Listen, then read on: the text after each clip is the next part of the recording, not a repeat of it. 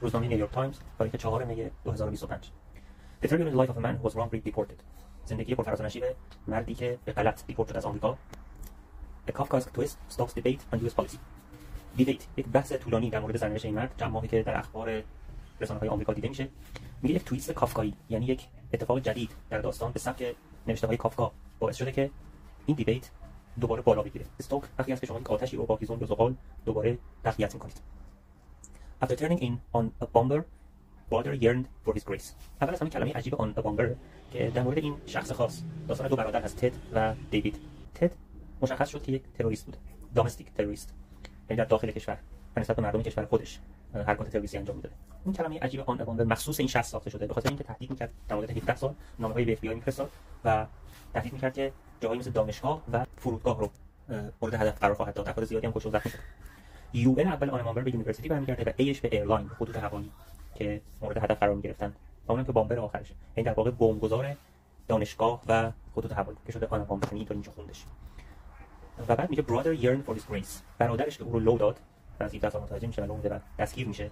تد برادرش دیوید بعد از اون دائم تلاش میکرد که به شکلی بره ملاقاتش باشه، ارتباط بگیره و yearn به شدت خواستار گریس برادر بود، یعنی اینکه یه جوری ببخشتش. و executive orders دستورات اجرایی مخصوص رئیس جمهور که اختیارش رو داره و بالاش میگه که he issued more executive orders than any modern president. همه رئیس جمهورها تعداد این دستورات ویژه‌ای که داده بیشتر بوده.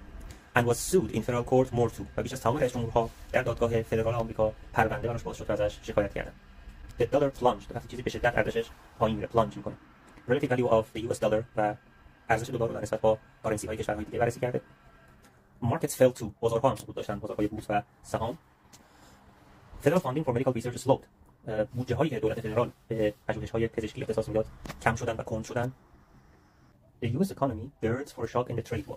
در این جنگ اقتصادی که درام شروع کرده، اینکه اقتصاد آمریکا داره آماده میشه، خودش رو آماده میکنه برای شوکی که در ادامه مسیر اتفاق خواهد افتاد. پس فعل گرد به معنای سفت کردن کمربند و آماده شدن برای چالش‌های پیش رو است. Shipping slows down. Specter of empty shelves and a recession as the tariffs land. فعل land برای تعرفه ها، یعنی وقتی که تعرفه ها اثر میکنن از زمان. Specter به معنای شبح. از شبح قفسه های خالی و یک ریسشن، یک رکود اقتصادی که در پیش هست، بر فراز آمریکا به پرواز در اومده. و what chaos. Trump fans see a strong start. این ستون اشاره به این داره که علیرغم اینکه میلیون ها آمریکایی ناراضی اند از وضعیت بحرانی ترامپ و یک کابوس براشون، میلیون ها دیگه هم هستن که راضی اند و میگن که we are fine with it. و بعد آمار رو در ادامه میاره، میگن که کسایی که بهش رای دادن 48% تا ساپورت کردن مقدار خیلی کمی هستن که در این مدت ناراضی شده باشن و همچنان حمایت میکنن از سیاست‌های ترامپ.